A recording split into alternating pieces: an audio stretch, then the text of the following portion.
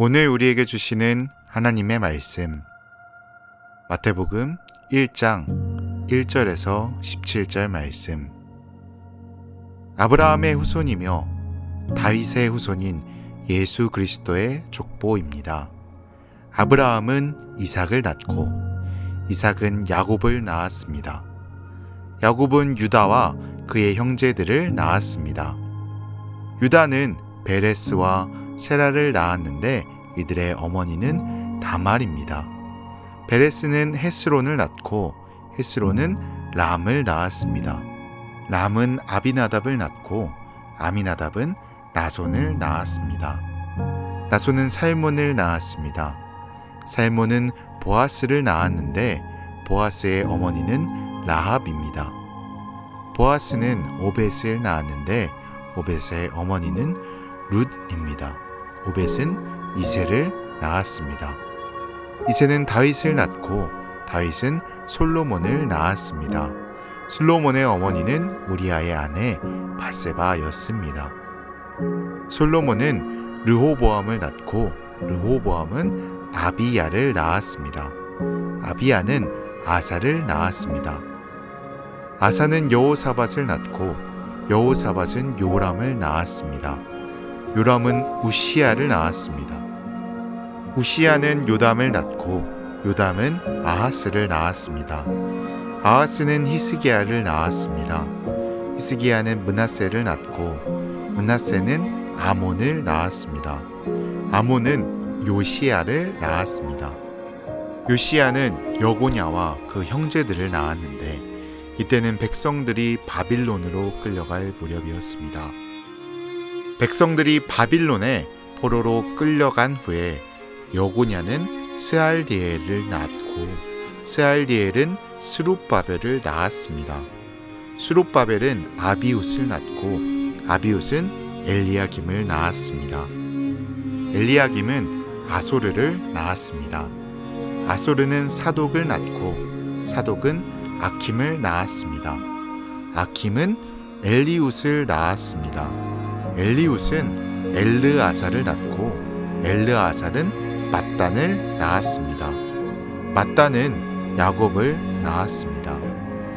야곱은 마리아의 남편이 되는 요셉을 낳았습니다.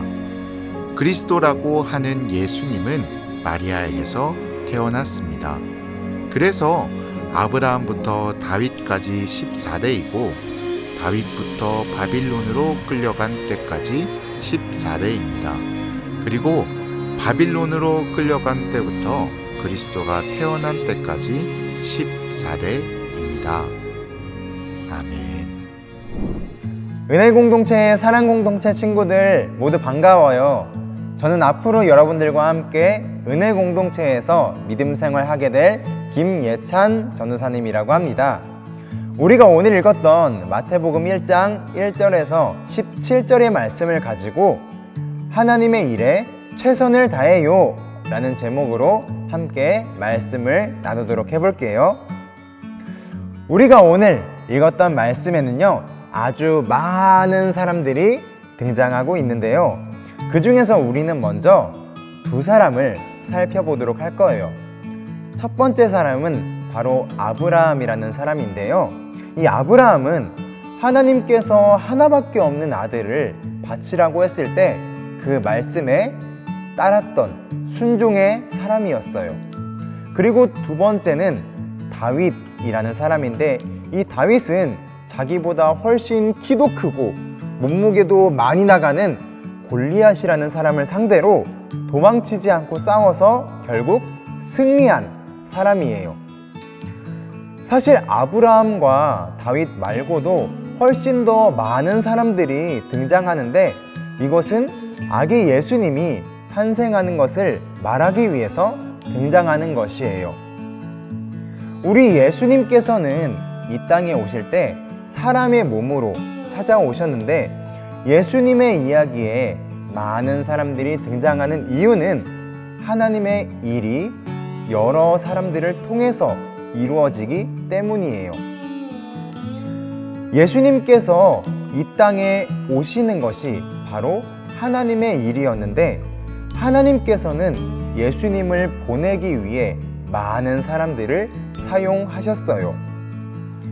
오늘 말씀에 등장한 그 많은 사람들을 우리는 하나님의 사람들이라고 부르는데, 이 사람들은 각자에게 주어진 하나님의 일에 최선을 다하는 사람들이었어요.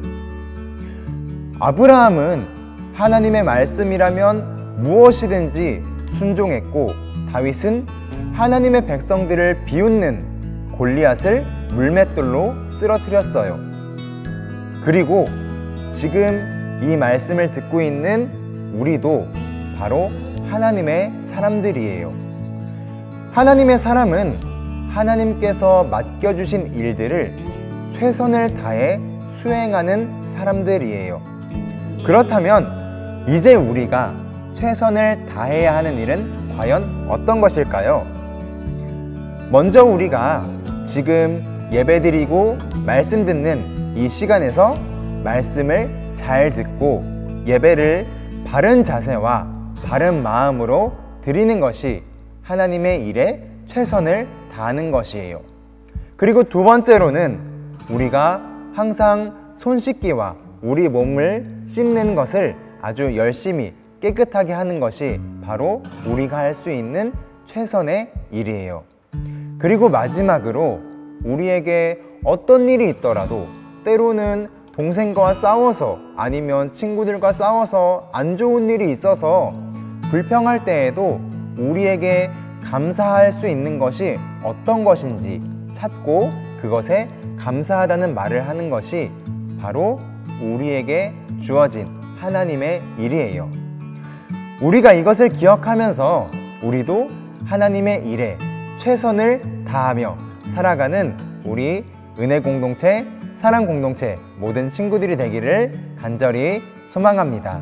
여러분, 영상에서 또 만나요. 안녕.